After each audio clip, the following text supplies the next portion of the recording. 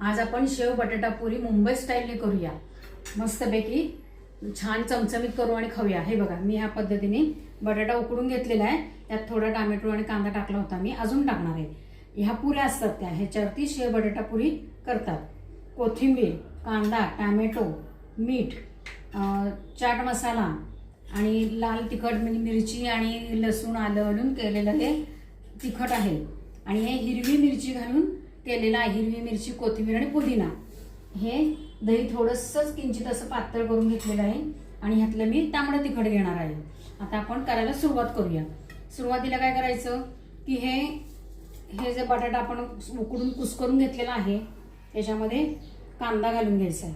हे वरून सुट्ट पण टाकतात, पण ते काढायला मिक्स होत नाही, इकडे तिकडे पडताना आपल्याला त्याची चव लागत नाही, म्हणून मी मिक्स करून घेते।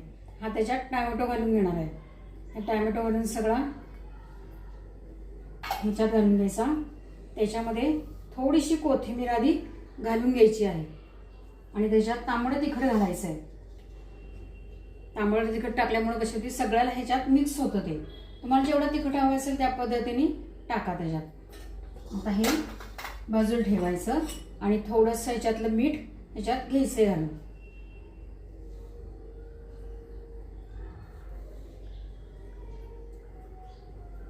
चवीपुरतं हे सगळं मिक्स करून ठेवायचं आहे। पुढे आम्ही मांडून घेते।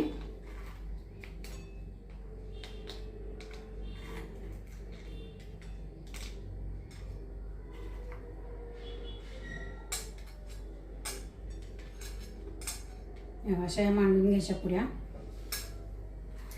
त्याच्यावरती हा मसाला आपण जो तयार केलेला आहे तो मसाला ह्याच्यावर असा दाबायचा, नाहीतर तो इकडे तिकडे पडतो आणि आपल्या तोंडात काहीच जात नाही। हे असं दाबून घ्यायचं त्याच्यावर।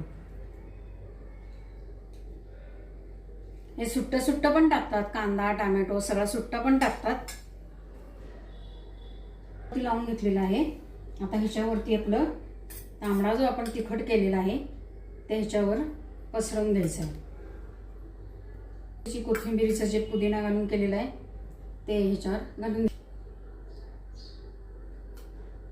थोडंसं पातळ केलेलं दही साधारण टाकता येईल अशा पद्धतीने हे दही ह्याच्यावर घालून घ्यायचं आहे। त्याची भरपूर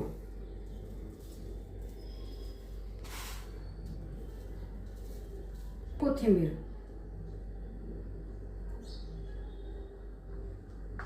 अशी झाली आपली मुंबई स्टाईल शेव बटाटा पुरी।